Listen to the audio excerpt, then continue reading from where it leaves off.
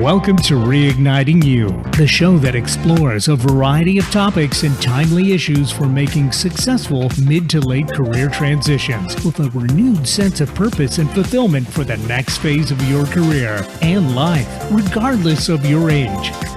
Now, here's your host, Lisa Downs. Welcome to Reigniting You, where we talk all things career transition for those age 40 plus. I'm Lisa Downs, Seattle-based career and retirement transition coach. Great to be here with you today, and our producer, Eric. Hey, Eric, how's it going today? Good afternoon, Lisa. It's going pretty good. Good. Yeah, November already. I know. This is wild. Shocking. Like, really? Yeah.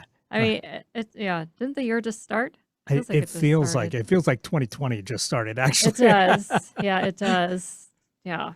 Like, oh, well, of course, I can't believe I'm already over age 50. So there you go. Well, I thought the plan was going to be I was going to stay like 30. Yeah. How do you put those brakes on that? That's what I'd like to know. But I totally had that as a plan. I've got a birthday coming up this month, too. So it's just reminding me that time is just flying past super fast. Well, happy early birthday. Oh, thank you. Thank you. If you figure out putting the brakes on the aging thing, let me know. Wouldn't we all love to know that? Well, my guest today is productivity consultant Debbie Rosemont, and we'll talk with Debbie a bit later in the show. First, though, are a few listener questions from the last couple of weeks that came in. Trish in Tacoma shares that she recently started a new role that she thought would be great, though now is questioning her decision and is starting to panic. She asks, how much time should I give it to know if it's a mistake? Thanks for that question, Trish. Sorry to hear that it's not going that well, especially when, you have high expectations of a new role. It's disappointing when it doesn't work out. And so sorry you're going through this. And, there's really no magic answer for timing. I do think a good rule of thumb is 90 days. So if you haven't yet been there for 3 months, that tends to be the make or break time. So thinking about, a 90-day time frame, what can you do in that 90 days to see, is it something that's going to work out or not? What can you do to be proactive, just to meet people in the organization, have conversations, get to know them, take that time to do some learning, work through your onboarding, just see if by chance things turn around for you to have that work out. But I get it. It is not a fun situation. I've been there a couple times in my career where I thought, this looks great. And then it just did not work out. But also, just know that we tend to have a bias toward loss aversion. So we tend to focus on the things that we've lost, that we lose, as opposed to the things that we'll gain. And so sometimes when it comes to making a transition into a new role or new job, and we've left an organization, often our brains can go down the road of focusing on, well, how does this compare to the previous role, to the previous situation? What am I losing? What have I lost? As opposed to, what is it here that could work? Or how can I make this work, and how can it be more of a gain? But it is a natural tendency for us to focus on the loss piece as opposed to what we're gaining from the experience. There is a great book that I'll recommend that is all about what to do in your first 90 days, so you may want to look that up. It has some great recommended actions in there. For, kind of how to hit the ground running and to be proactive when it comes to ensuring that you're getting off to as well of a start as you can with what is in your control. Often, too, it's not always in our control, especially if the onboarding process has not been great either. So, take a breath, try not to panic. It's okay. If it really doesn't work out, it will be all right. You'll find something else, I'm sure, and you'll find a better fit if it truly is something where you just don't see it working. So thanks for that question, and hope that's helpful. Another question comes to us from Mark in Seattle, who asks, how can I make a transition out of my workplace when it's hard for me to watch my replacement come in to do my job? especially when I don't agree with the hire the company made. Thanks for that, Mark. And yeah, that must be a bit awkward. um, yeah, I lots of times when I've left a role, I've left and I haven't known who my replacement is, and that happens after I leave. So haven't frequently dealt with that situation. That said, you may find it helpful just to really focus in on what can you do from your perspective and in your role for the rest of the time that you're there in the organization to really help the organization with the transition. So, for the new person, regardless of if you agree with the hire, can you participate in their onboarding, in their training, help get them up to speed? Is there anything that you can do for the organization for knowledge transfer? So, sometimes we refer to that as tribal knowledge, but do you have any knowledge that's in your head or things that you've done or processes that you've used that you could share with the organization or with the new hire as well? That might be helpful to help ease that transition. It's hard when we don't agree with it, and yet it's not our decision to make. And since you're leaving the organization, think about too, what's the real impact? Does this have a big impact on me? It may not. So just to help put things in perspective. And I also, I'm a firm believer in not burning bridges. So you want to make sure, ideally, that how you exit the organization leaves a positive taste in their mouths, so to speak, and that you don't burn bridges there. So what can you do to preserve the relationship? Because we never know down the road, when we'll encounter people again, or, when we'll be in the job market again and may need some support from a networking perspective. And so I'm always a fan of making sure wherever I've left, not burning any bridges from that standpoint too. But yeah, it's tough when we don't agree, and yet it's kind of out of your hands. But just try to focus on how can you have a positive exit and what's really best for the organization. So I hope that's helpful for you.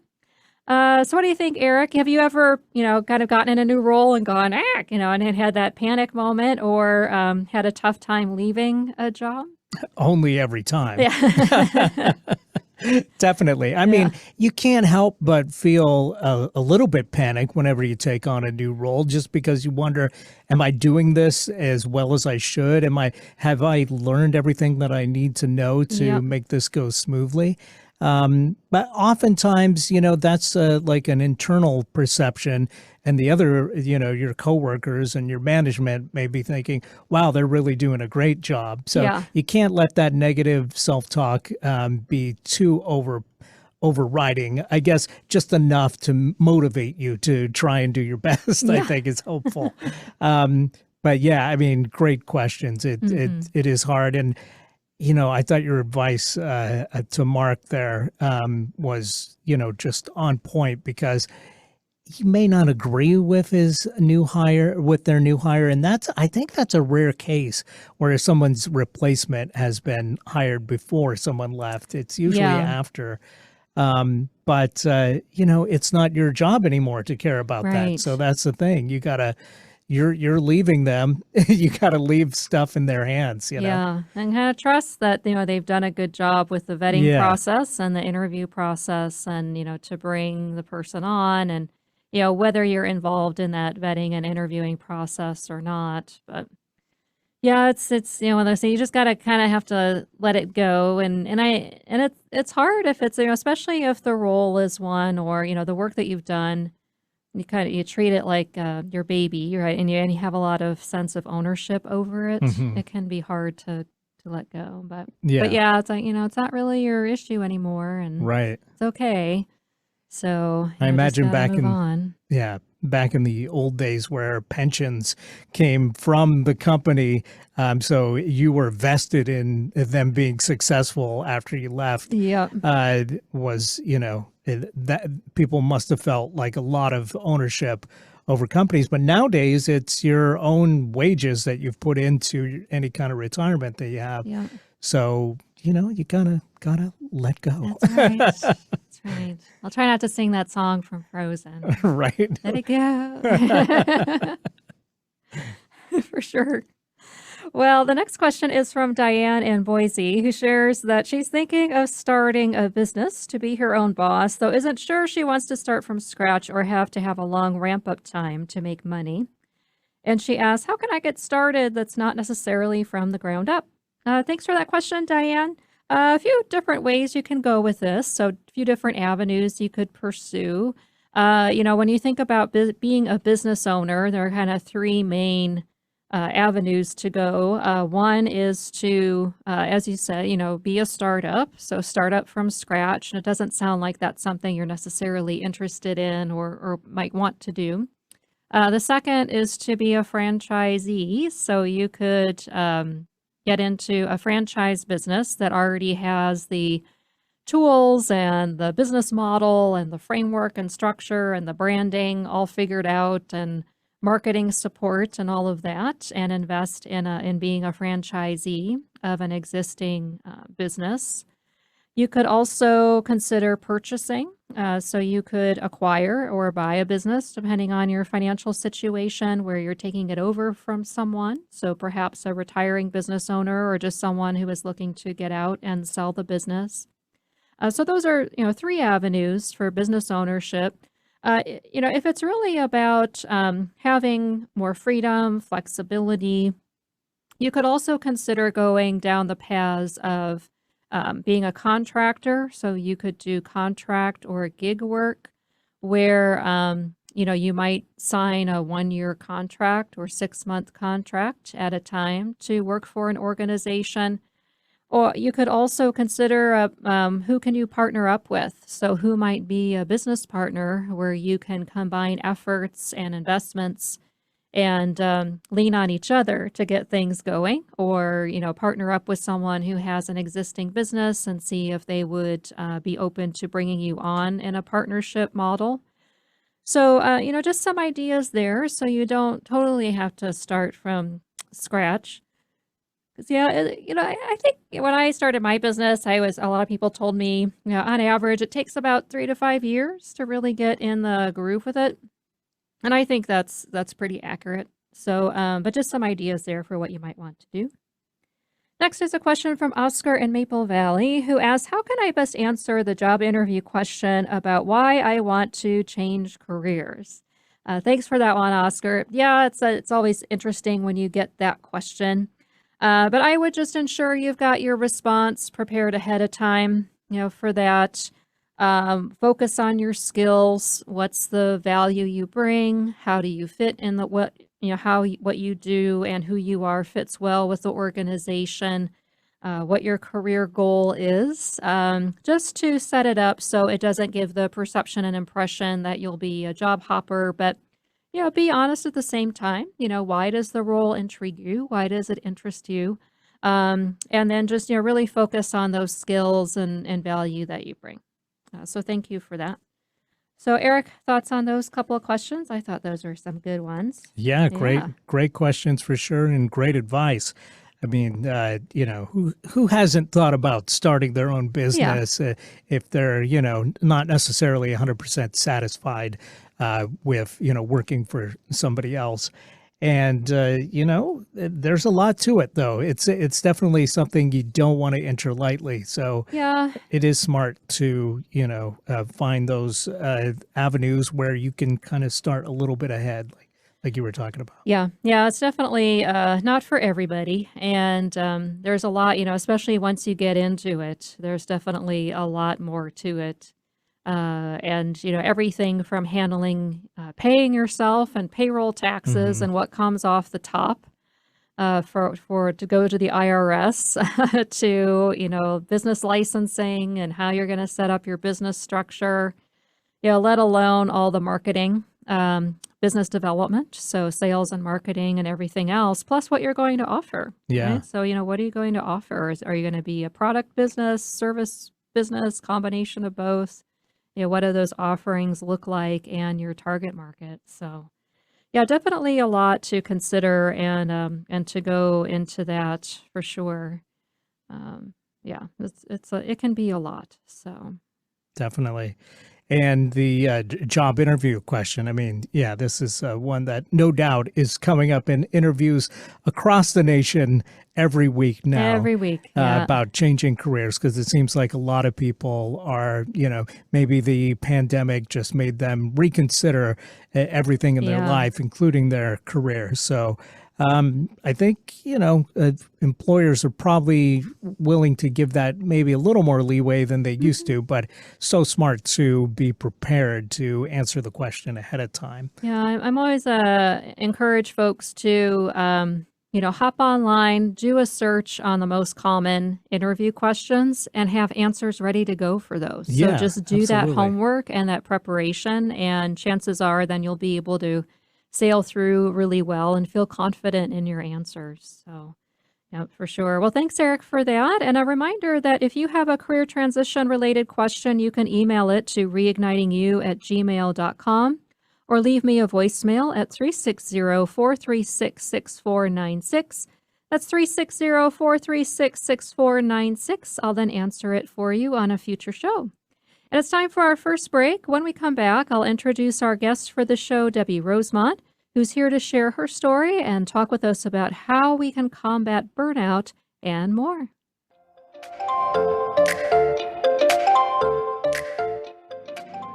Are you feeling challenged or frustrated without a plan for what's next in your career and life? Are you seeing writings on the wall for needing to make a mid to late career change and don't know how or what to do? Coach Lisa Downs of New Aspect Coaching can guide you to what's next, providing a fresh perspective and supporting you to create a clear and compelling vision for your future and a plan to move forward. Call Lisa at 425-216-3015. That's 425-216-3015. New Aspect Coaching, fresh perspectives for your career.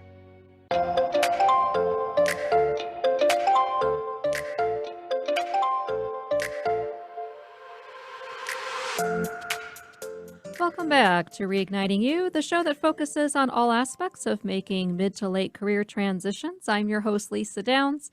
A note that in case you miss it, you can catch the show Voices of Experience with host Paul Casey this Wednesday at 3 p.m. here on KIXI.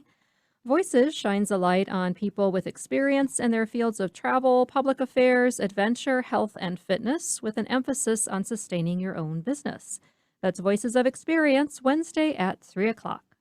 I'm happy to introduce today's guest, Debbie Rosemont. Productivity consultant Debbie Rosemont started her company Simply Placed almost 20 years ago to help busy women who feel overwhelmed and overloaded prioritize what matters, plan their time, and produce valuable results with confidence and ease.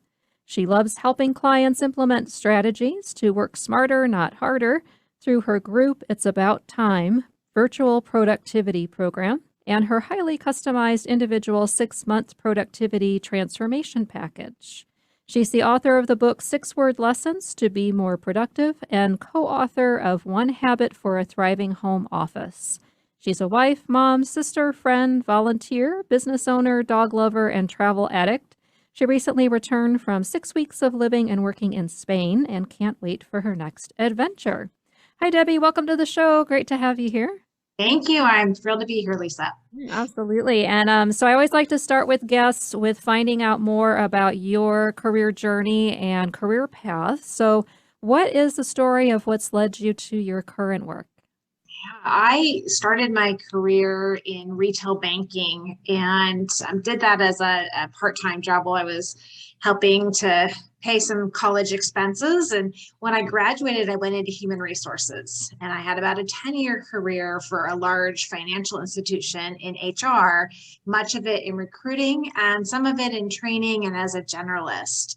I loved supporting different lines of business with their needs, and I loved working with people. That was the big thing for me. That human resources, my degree was in psychology, so it felt like kind of the blend of psychology and business, and it was a great fit. I left that when I had young kids, and I smiled at the question that your listener asked about starting a business, because I had an inkling of an idea that I might start my own business for very selfish reasons at the time, and that was to have more control over my schedule, so I could also be the mom that I wanted to be to my then two young children. So that was part of the motivation to starting my own company, and that was in 2003, and Simply Placed was born. So that's kind of the career path that led me to this. And at the time, when I was looking to start my own business, I thought long and hard and talked to a lot of other people about what I was good at, what skills could I take from the corporate America experience I had that would translate well to helping others just in a different way, and not just for one company. That's great. And I'm sure with all of that, you've probably learned a number of lessons. So, what would you say is a key lesson or two that stands out? One that I think just kind of sticks in my mind, Marie Forleo pretty recently wrote a book called Everything is Figure Outable. I don't know that that's a real word, or maybe one she made up, but I believe that. I think that being resourceful is a tremendous business skill, whether you're working for others or you go out to work on your own, whatever that looks like in your career path. Being resourceful when you get stuck, because you can figure things out. You don't have to stay stuck. So you can tap into the resources of others, or tremendous amount of information available, and you don't have to either make it up or stay stuck. You can figure it out. So that's one. Maybe another lesson would just be resilience. I think you said, you can't always control what you can always control our action and our path forward, what we choose to do about it. And that's been a good lesson for me, a life lesson, if not a business lesson. Yeah, great. Yeah, I agree. Good to build that resilience muscle. Mhm. Yeah, and just trusting that you will figure it out. That's a great book title. Yeah, I love Yeah. that. I like that made up word. hmm That's great. And what else do you think has been particularly helpful when it comes to different transitions you've made? So, you shared that you started out in banking and then HR and then to your own business. But, whether it was decisions you've made or people who supported you, what else have you found helpful when it comes to making that successful transition? A big thing I think is not being afraid of change. That came into play when I was in human resources. There was always change in the big organization that I worked for. We were constantly restructuring and reorganizing as a company, and being on the human resource side of that and being a part of making that positive and smooth as possible, not only for the employees, but also, ultimately for customers. If you can find ways to embrace change and see the positive and what you gain and what is happening, not to you but for you through change, that is really helpful. I think that maybe goes along with resilience as well, but that's been a big key, I think, in everything. Even thinking about the pandemic, and not being afraid to pivot and to make a change in order to fit a changing situation. Yeah, it is really important, I think, to not let the thought of change intimidate you, and that it is, it's really just it happens every day, right? And something that the more we can adapt and adjust and flex, I think the better off we'll be. When it comes to just navigating all of those life changes and those things that come along and come our way. And to follow up on that, I'm curious about what got you used to change, and how did you deal with that yourself? So rather than seeing change as a negative, seeing it as a positive. hmm I think being in a role where it was part of my job to help others through change, that was, received training and really had to get good at looking at change in a new way, rather than, again, it just happening to somebody, but how could it be positive? I also think not being afraid to ask for help when there's change that feels potentially challenging, or anytime there's challenges that are in our way to having that smooth road that we hope to have. We can always think about, could we be asking for help in this, and how might that make things easier? I'm all about making things easier and efficient, effective, and often asking for help is a solution. Yeah, great. Thank you for that. And were there ever times when you perhaps regretted a career decision or a road that you went down that you look back on and you thought, oh, maybe that wasn't the best?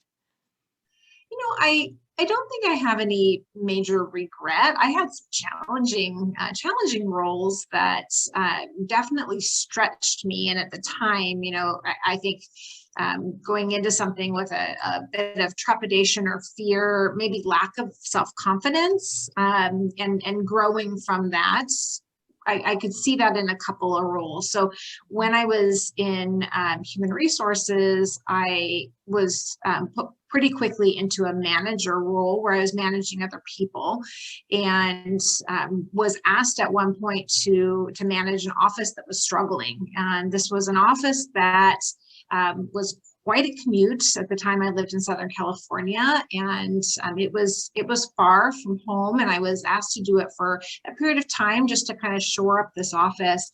And I accepted it.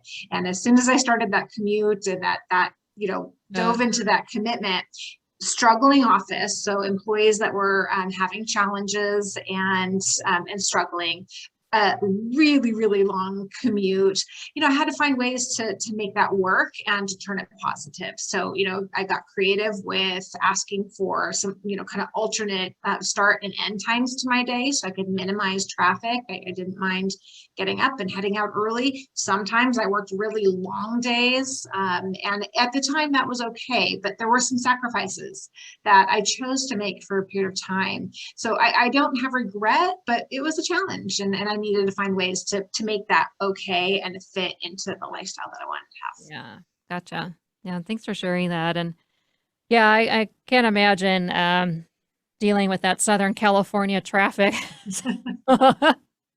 Lots of people do it every day, Yeah. and this was just this was a particularly challenging commute, but it was a role that I know I learned a ton from, and so that's why I don't regret doing it. But there was that trade-off.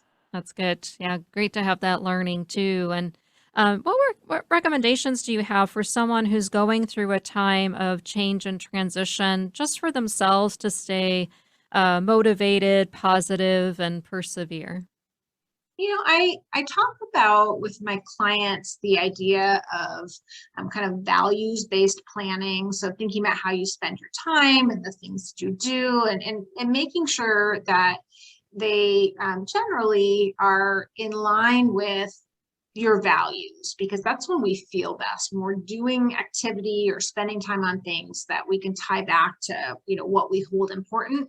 So if in a time of change or transition, career or otherwise, you can think about how the change or the transition might be opening up opportunity or might eventually lead to opportunity as you work through it, that line up with what's important to you, and think about designing your kind of next chapter in a way that works. So that the big why, that's our motivator. Why we do the things that we do, it's really tied back to what we hold to be important, and that's usually our why. Yeah. So doing a lot of that internal work, right? Mhm. So the values and the why, what's important, and then how do your strengths, your skills, and all of that line up.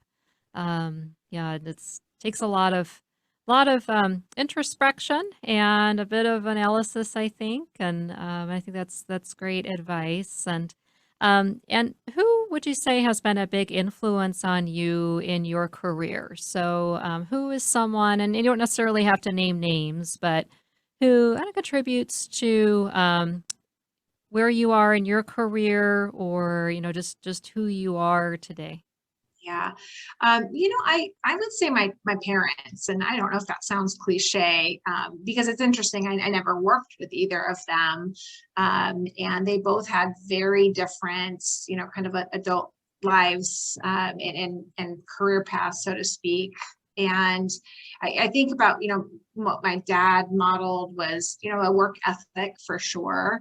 But, it was clear throughout his career that family was important. And so if his, finding a way to balance a career that challenged him and to, watch out for people, that was always important for him, those that worked for him, and take care of people, and to balance that with other things that were important, to not be one dimensional.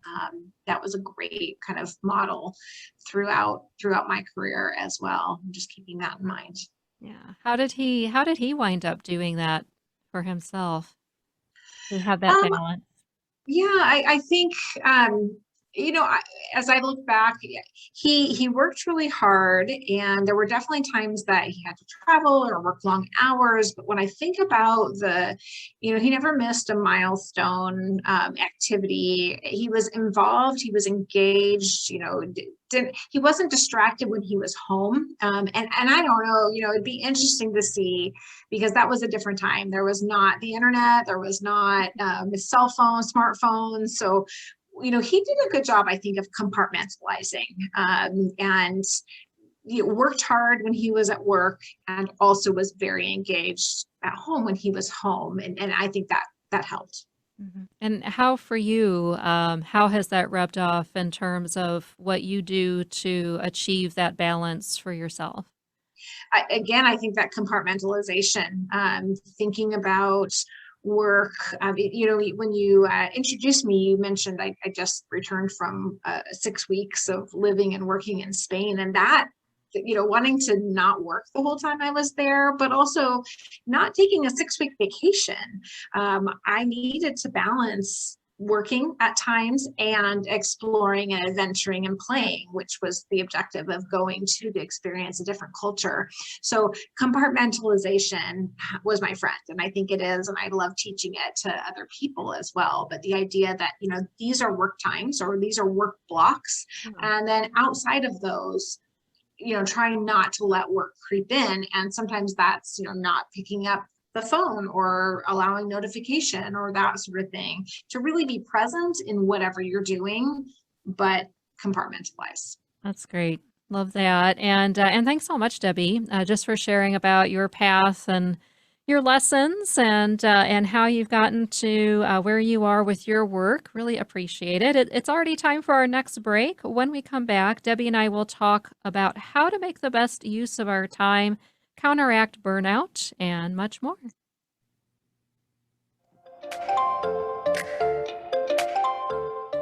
Hi, I'm Lisa Downs, career and retirement transition coach and host of Reigniting You on KIXI. I guide age 40 plus professionals to gain clarity, a renewed sense of purpose, and a career transition plan within 90 days so you can lead a fulfilling life regardless of your age. If you're not sure what's next for you, I can help. Let's talk about what your future can look like. Visit yournewaspect.com or call me at 425-216-3015. That's 425-216-3015. New Aspect Coaching. Fresh perspectives for your career. Have a career transition related question or want to share your best or worst job story? Call 360-436-6496. That's 360-436-6496. Just leave a voicemail and we'll answer your question or share your story on a future show. Stay tuned for more Reigniting You with Lisa Downs.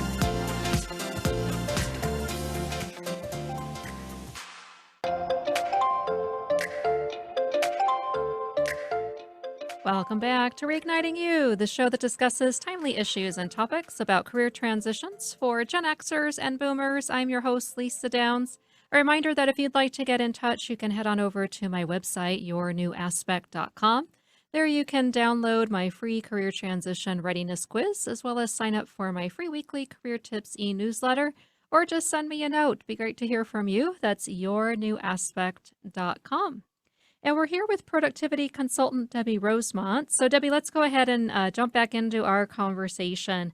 Exacerbated by the stress of the pandemic, it seems that many people are experiencing burnout at work or are leaving their jobs due to burnout as part of the great resignation we've all been hearing about. What would you say are some of the impacts of this, of burnout that you see when working with your clients? Yeah, I see some of my corporate clients who are asked to do more basically with less if they have, others on their team that have left. They're not necessarily replacing people, or it's difficult to find good talent right now. And so those that are still there are being asked to do a lot. And I think that in order to, combat burnout, we've got to incorporate self-care.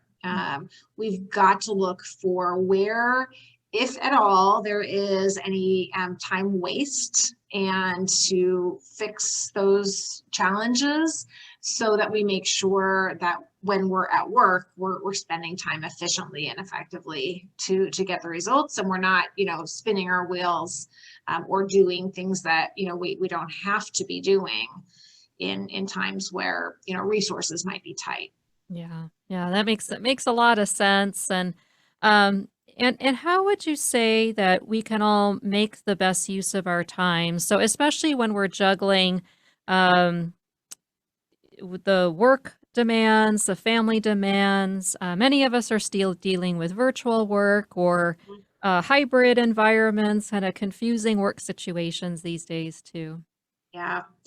Well, we just talked about compartmentalization, and that's something I'll go back to as well, to, really think about what your priorities are. And so, I love to help people get really clear on what's important to them, because I think that drives a lot of, what they might do to be more efficient or effective with their time. So knowing what's important and then making a plan. So, the calendar is a tremendous tool. To-do lists are great, but alone, sometimes they can feel super overwhelming, and sometimes we can be overly ambitious, so we just never get through them. But our calendar tells the truth of available time.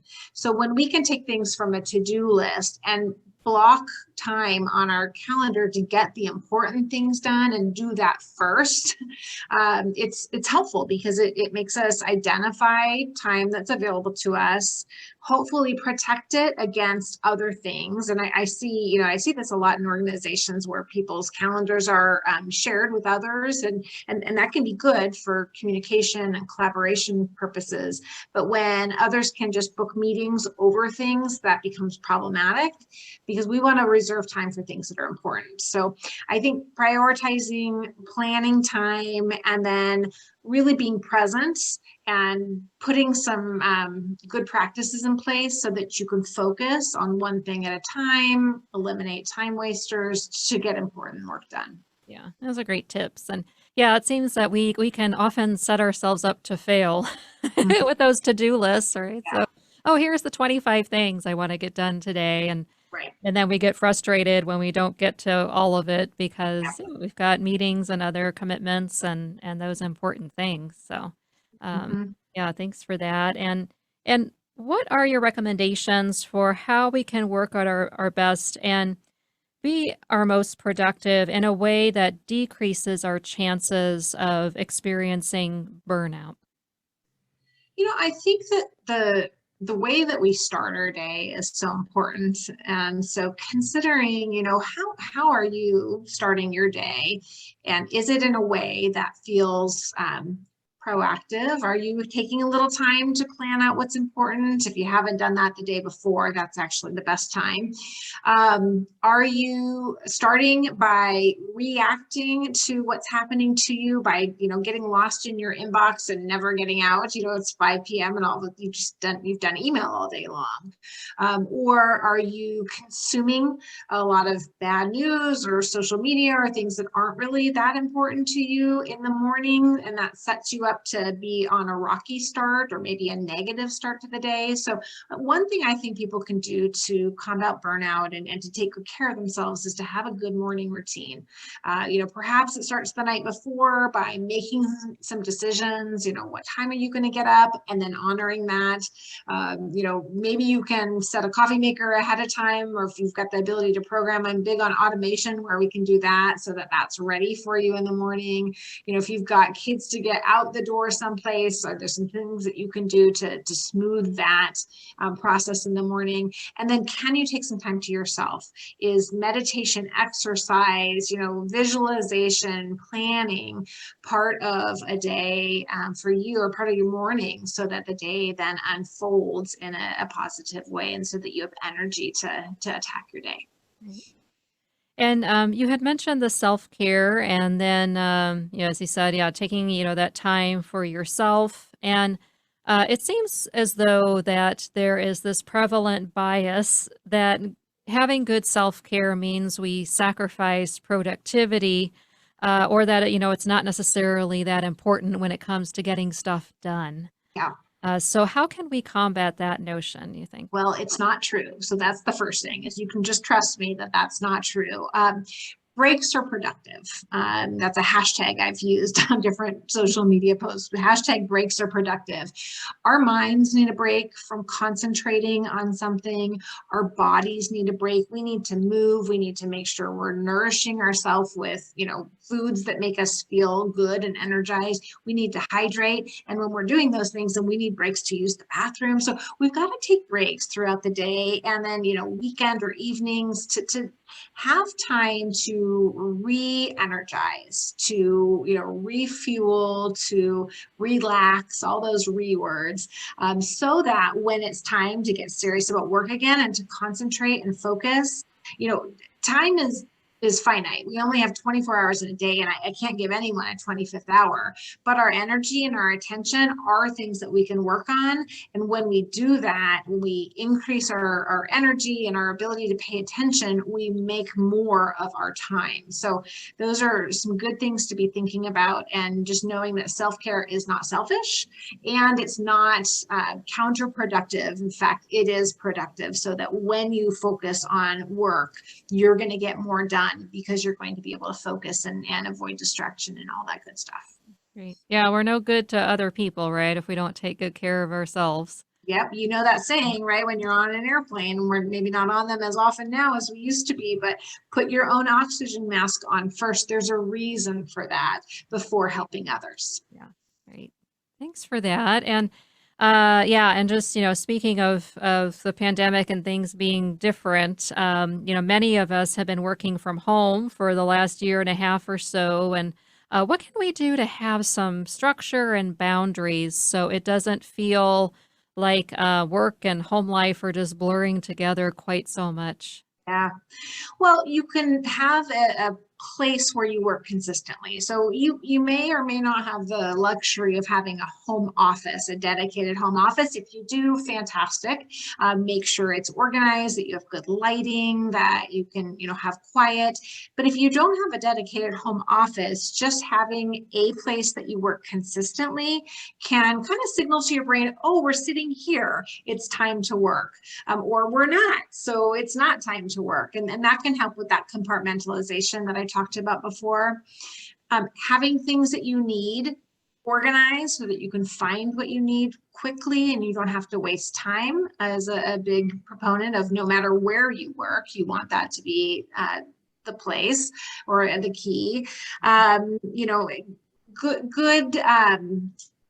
Good organization means that we're not wasting time looking for things, but it also means we're less distracted. So we're able to focus on what's in front of us and get things done in a more focused way. So those are a few things, if you can, a dedicated place, a quiet place as much as possible where you can eliminate distraction, have it be organized, have the good lighting that you need, have things that you're going to use right there with you so that you can be productive. Those are a couple of tips. Great. Yeah.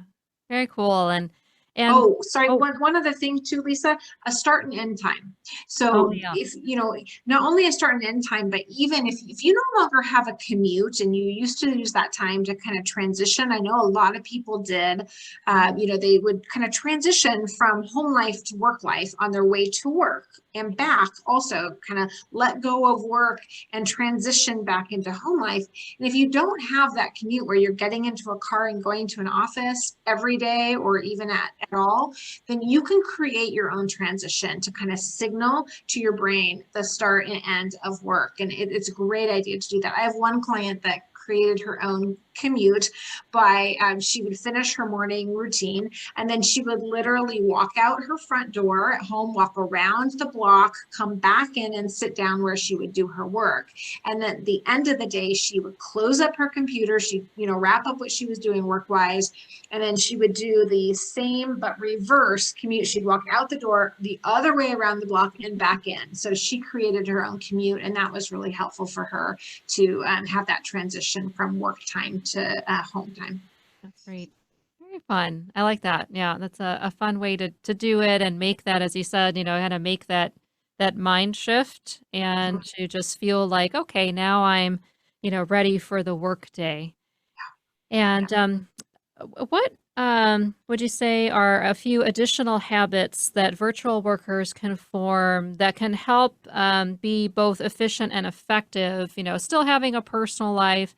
Yeah, often I found working at home, it is tempting during the workday to throw in a load of laundry or, empty the dishwasher or that type of thing. But any additional suggestions for how we can make sure we are still staying efficient and effective with Yeah. virtual work? I think I'm having intention. So, if you've got your plan for the day, we talked about that a little bit, and you say, all right, these are the work hours. And yeah, it's nice when you work from home to be able to do some of those things. And it's fine to do those. We just talked about breaks are productive. So if you need a break from work, to work in chunks of time where you're productive, and then maybe you even have a timer for like a pomodoro session. That's an Italian word for tomato, and traditionally that's a 25-minute work period and then a 5-minute break, and then a 25-minute work period and a 5-minute break. Or some people will do work in an hour's time, 50 minutes, and then take a 10-minute break.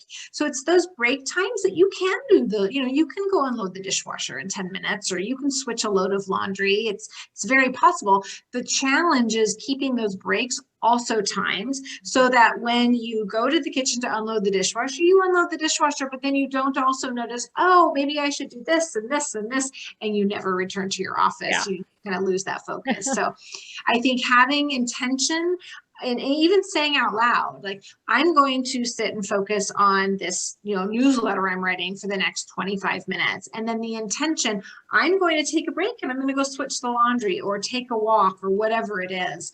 When you set that intention and in fact, kind of think about how long will it be, set a timer if you need to not get lost in that activity, that can really help. Cool. And, the pandemic has had a lot of different impacts on us, and I'm curious about what any additional impacts you've seen that might be in play as you work with your clients on our ability to stay focused, organized, and just moving forward. Mm-hmm. I think that in some ways it's made for those especially that are on a team but working in a distributed work team. So some people working from home, maybe some in the office, or everyone's working from home, everyone's working remotely, but you're still needing to be a team. I think I've seen people need to get creative, and I'm going to use that word again, intentional about connecting and collaborating and communicating. I call the 3 C's.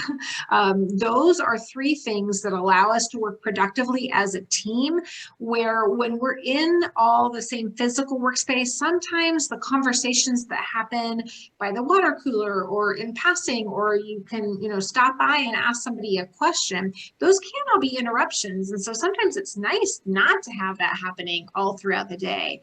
But when it's not happening at all, then we lose some of those, powerful bits that we could have. So we need to find ways to be intentional about connecting with team members and collaborating. And we've got great technology that allows us to do that. At the same time, I have seen a trend of people feeling very overwhelmed with even more email, even more instant messages through Slack or Teams, because people are working remotely and they're just firing these things off, expecting that somebody might answer at any and all hours of the day. So that would be something to talk to your team about, what boundaries you need to have in place, what the expectations are for response time, and when you can have good communication about that. And know not only what's expected, but you can express your needs and make sure that they work, you're going to be more effective and successful. Right. Yeah. And just making sure we're not bombarding each other, right?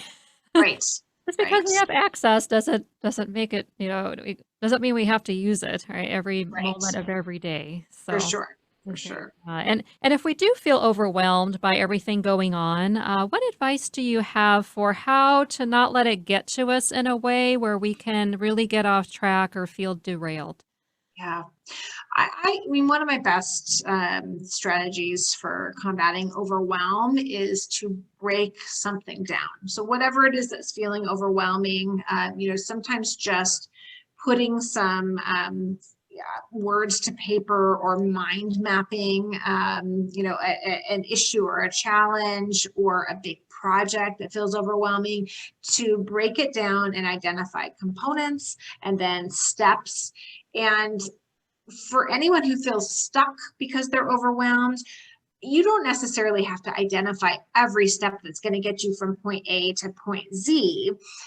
That is an option, to break it down to that degree. But even if you can just identify the first right step, the first step that doesn't feel overwhelming, and you take that step, sometimes that will inform you about what that next right step is, and you can proceed from there. So that's the idea with overwhelm is, break things down to the degree that that step doesn't feel overwhelming.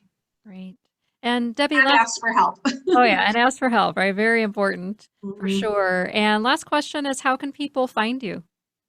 Website is a great place to start. And actually, we talked a lot about the hybrid work situation or working from home or working from the office. There's a resource on the website that you'll see even just from the first page that's called the Rock Your Work from Anywhere Guide. So people can grab that, it's free. So the URL is www.itssimplyplace.com. And that guide might be helpful to people.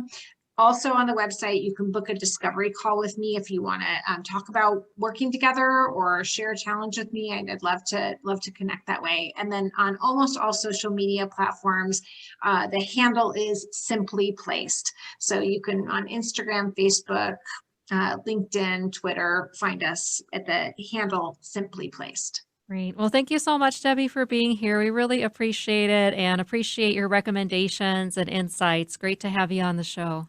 Nice to talk with you. Thanks for the opportunity.